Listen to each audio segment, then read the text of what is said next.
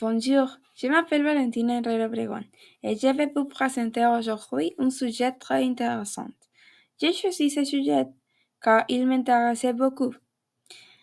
De la même manière, décembre est le mois de l'apprentissage d'une nouvelle langue. Donc, nous verrons comme les langues se mélangent entre eux, surtout l'influence de l'anglais sur eux.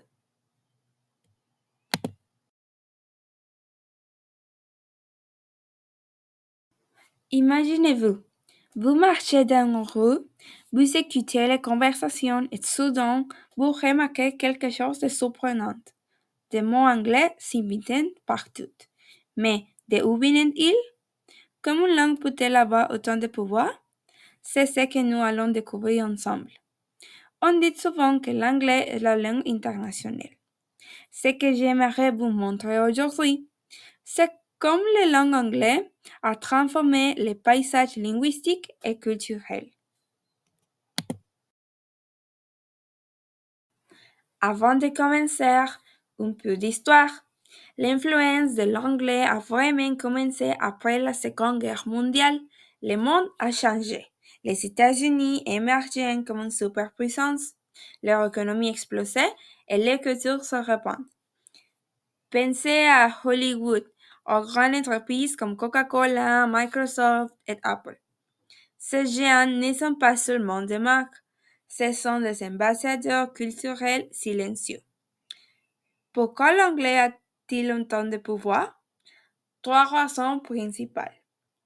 1. La domination économique et culturelle. Les grandes entreprises internationales parlent anglais.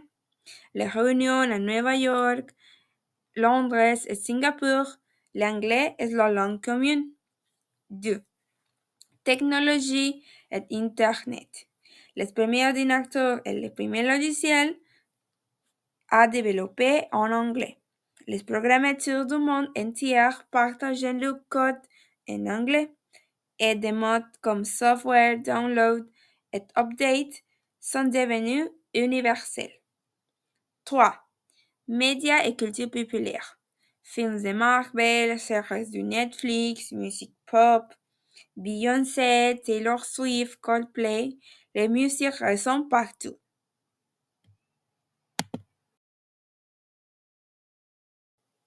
Domaine d'influence.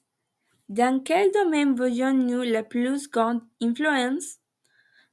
Dans la technologie, les affaires et les réseaux sociaux sont les principaux domaines où l'anglais a laissé son empreinte.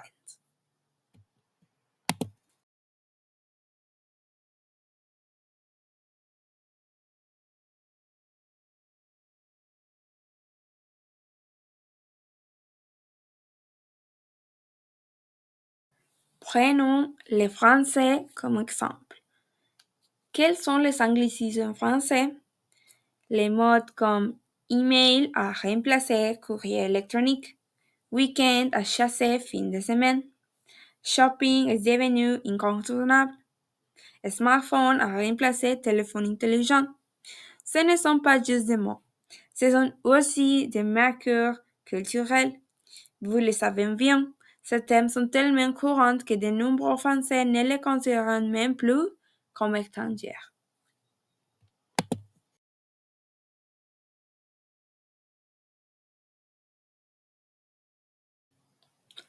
Aussi, nous constatons que ce phénomène n'est pas exclusif au français. En revanche, nous pouvons observer des modèles similaires en espagnol, en japonais et dans d'autres langues européennes. Par exemple, japonais. Des mots comme computer ou internet. La technologie apporte ces mots. Dans l'espagnol, à Madrid ou Mexico, des termes comme streaming, marketing, brunch et dans d'autres langues comme l'allemand, l'arabe et le chinois. Partout, l'anglais s'invite dans les langues d'affaires et de la technologie.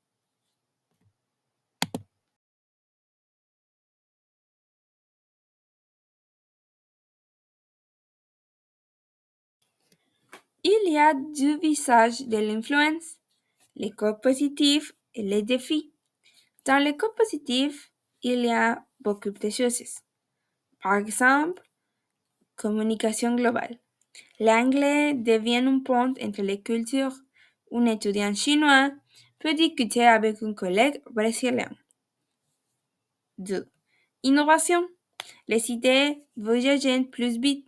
Un concept né à San Francisco peut être compris à New Delhi le lendemain. Et il y a des défis. 1. Risque de perte culturelle. Chaque mot importé peut être faire disparaître un mot local. Une histoire, une essence culturelle peut se perdre. Et 2. Inégalité linguistique. Tous n'ont pas le même accès à l'anglais. C'est un nouveau type de pouvoir.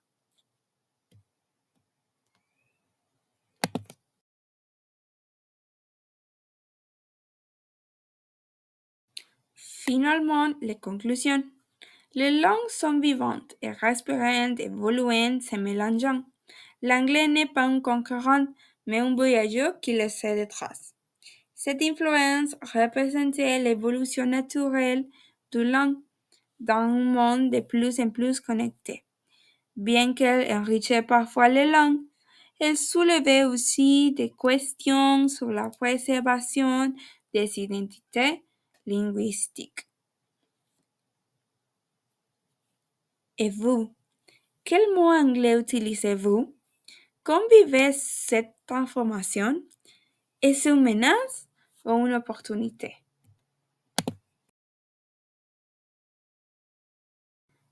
Avez-vous remarqué des changements dans votre langue? Y a-t-il des mots anglais que vous aimez particulièrement?